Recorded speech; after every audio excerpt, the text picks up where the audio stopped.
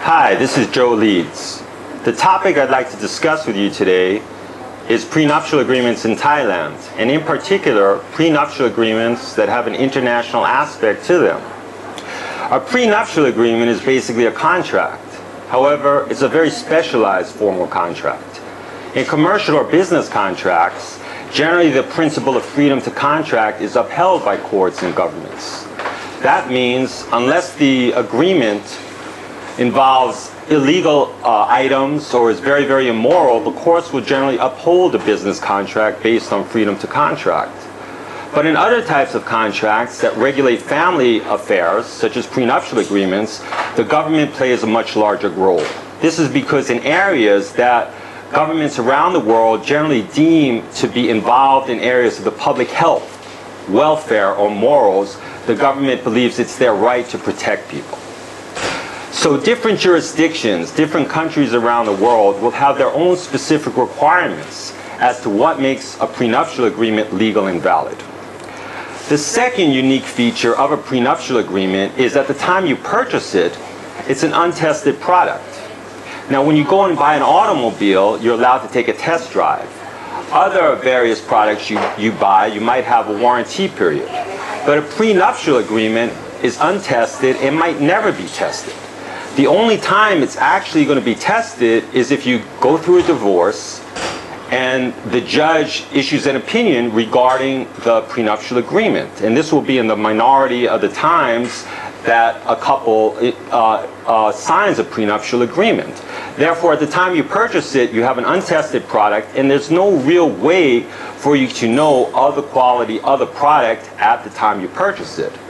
Now, naturally, in unregulated legal markets, such as over the internet, where advertising has fairly loose standards, or in places such as Thailand, where the market is less regulated, there are going to be people that will make grandiose, exaggerated claims in order to get you to purchase their services in regard to prenuptial agreements. Prenuptial agreements in general, if they involve only one jurisdiction, are not very complex. For instance, if it's a California jurisdiction and the parties live in California, marry in California, divorce in California, and all the assets are located in California, you only have to worry about the law of one jurisdiction, California. Same holds true with Thailand or UK. So long as all the issues are confined to a single jurisdiction, you only have to worry about the law of that jurisdiction. But the moment you involve an international aspect, in other words, the place of divorce is a different country than the place of marriage, or the assets are located in a different jurisdiction or country than the place of divorce, or the parties have different nationalities, then you have multiple different bodies of law from different jurisdictions that may be involved in the divorce and therefore should be anticipated in the prenuptial agreement. Nations around the world, governments and courts, have a body of law called the Conflict of Law Act, or the body of law, if it's common law, that involves conflict of laws. This means that when you go to a particular court, they do not necessarily have to apply the law of their own jurisdiction. They may apply the law of another jurisdiction. So the Thailand court will occasionally apply the law of other countries, such as the UK or the United States, and the same holds true for the UK. The UK might potentially apply the law of Thailand, or the US might apply the law of the UK if that's relevant to the particular case.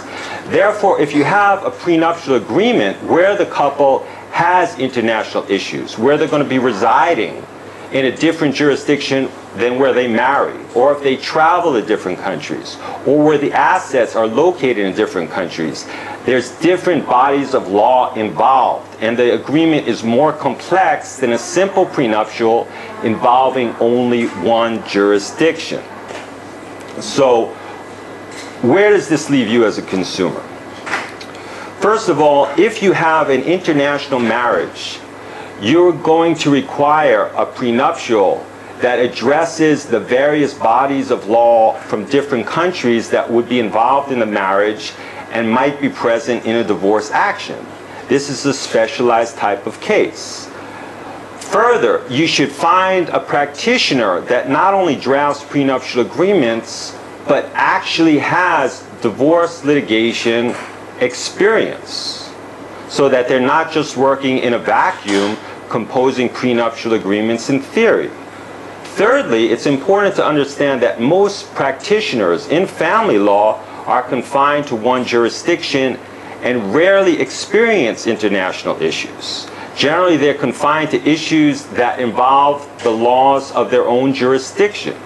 Therefore, you should find someone that not only has actual litigation experience, but also has experience with international issues in family law and divorce. That's all for our discussion today. Thank you for watching.